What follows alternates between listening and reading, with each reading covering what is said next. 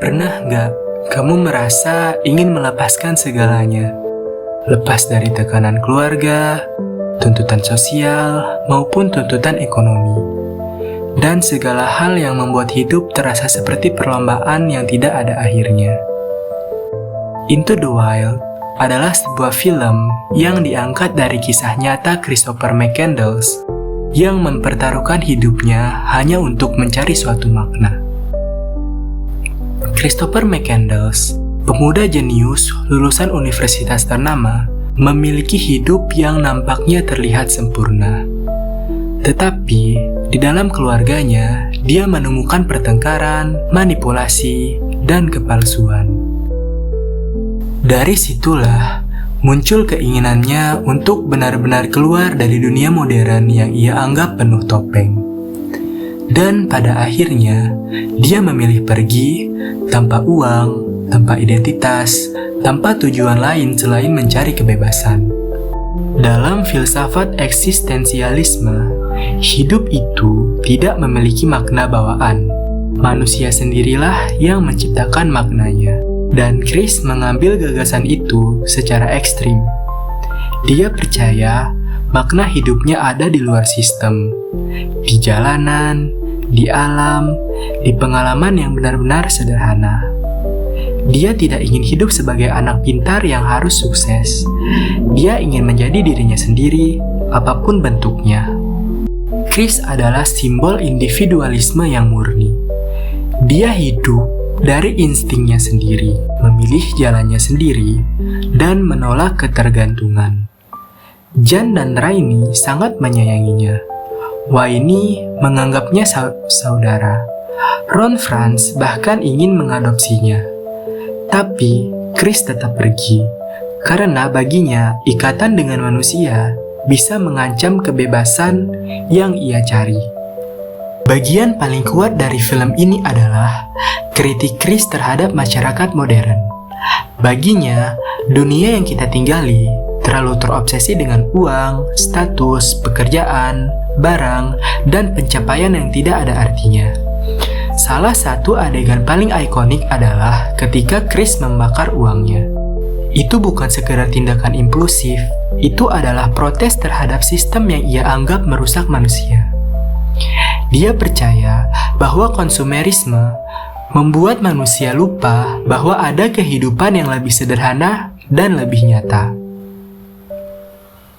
Film ini juga menunjukkan hubungan Chris dengan alam.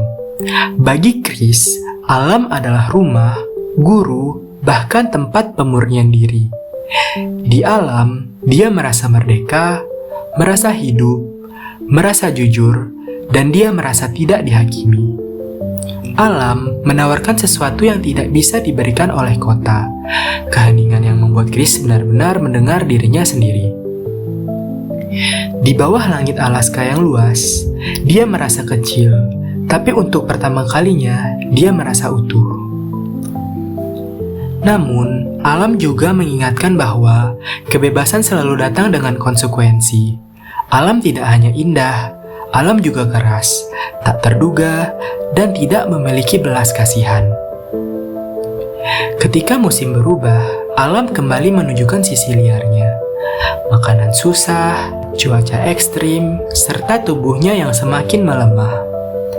Dan saat dia akhirnya ingin pulang, sungai yang dulu kecil berubah menjadi arus besar yang tidak mungkin dilewati.